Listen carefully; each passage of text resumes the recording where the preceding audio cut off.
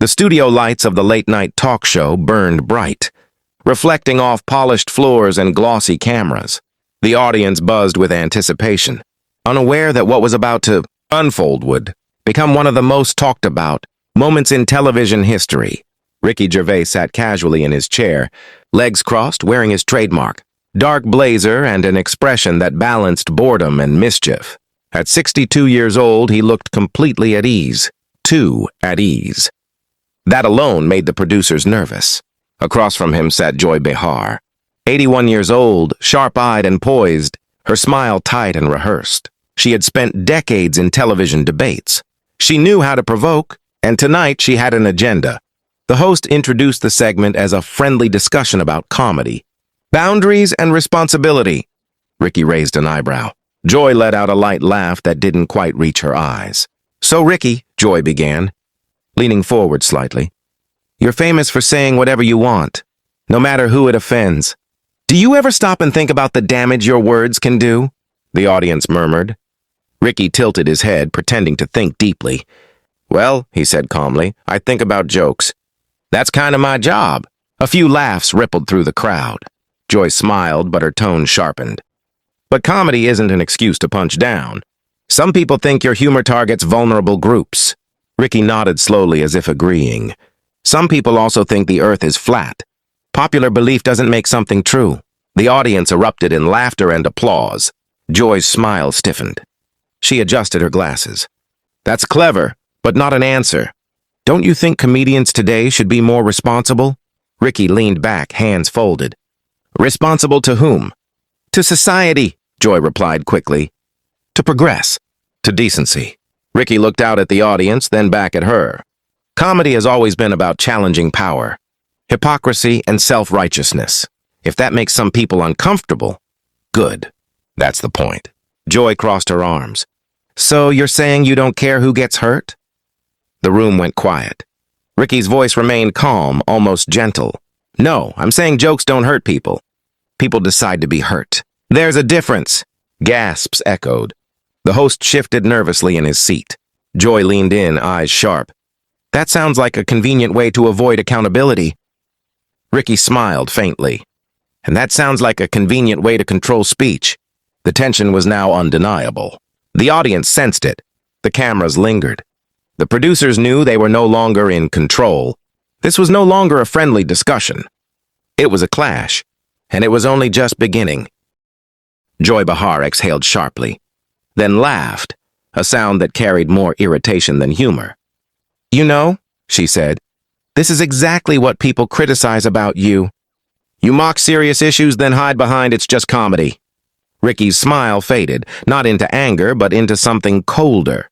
Clarity. No, he said firmly. I mock hypocrisy, especially from people who think they're morally superior. The audience gasped again. Joy's eyes narrowed. Are you implying I'm a hypocrite? She asked. Ricky didn't hesitate. If you're sitting on a television show, worth millions, telling working class people what they're allowed to laugh at, then yes, absolutely. The crowd exploded into applause, mixed with shocked laughter. Joy raised her voice. That's unfair and disrespectful. Ricky leaned forward now, voice still controlled but razor sharp. Disrespectful is pretending you speak for everyone.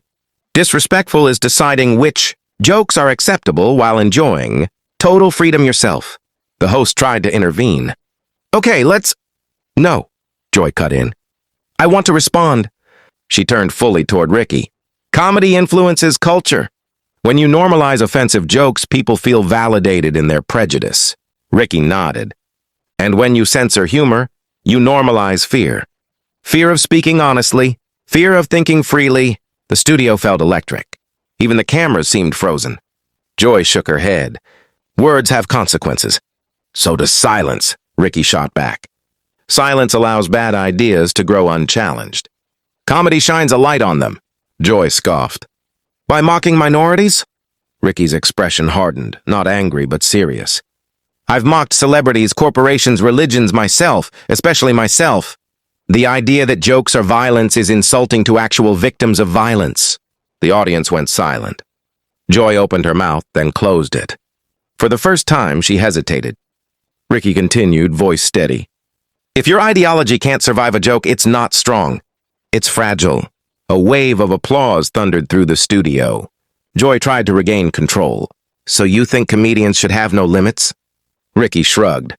No, I think audiences set limits. If a joke isn't funny, it fails. That's the punishment. Joy leaned back, visibly frustrated.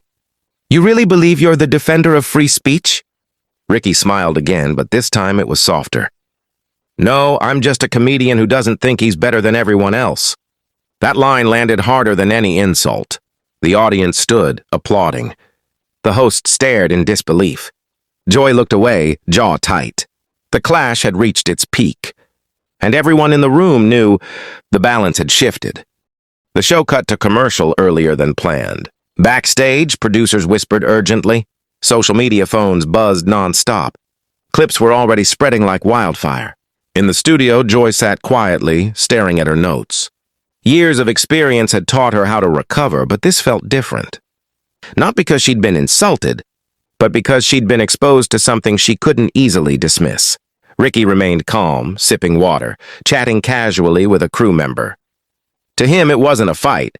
It was a conversation that had finally been honest. When the cameras returned, the host tried to lighten the mood. Well, that was certainly passionate. The audience laughed nervously. Joy took a breath. I still disagree with you, she said, more subdued now. But I suppose I understand your position better. Ricky nodded respectfully. That's all anyone can ask for. There was no victory lap, no smug grin, just a quiet acknowledgement. After the show aired, headlines exploded. Ricky Gervais shuts down Joy Behar. Explosive debate leaves studio stunned. Comedy, censorship, and a moment that changed the conversation. But beyond the headlines, something else happened. People talked. Not in angry shouting matches, but in discussions. About comedy, about speech, about who gets to decide what's acceptable. Some sided with Joy, many sided with Ricky. But almost everyone agreed on one thing. The conversation mattered. That night, Ricky tweeted just one sentence. Disagreement isn't hate. It's how ideas grow. Joy didn't tweet. But days later, in a quieter interview, she admitted, maybe comedy's role isn't to comfort us, but to challenge us. The clash didn't end careers. It didn't destroy reputations. It did something far more powerful. It reminded people that words, when spoken honestly, can still shake a room.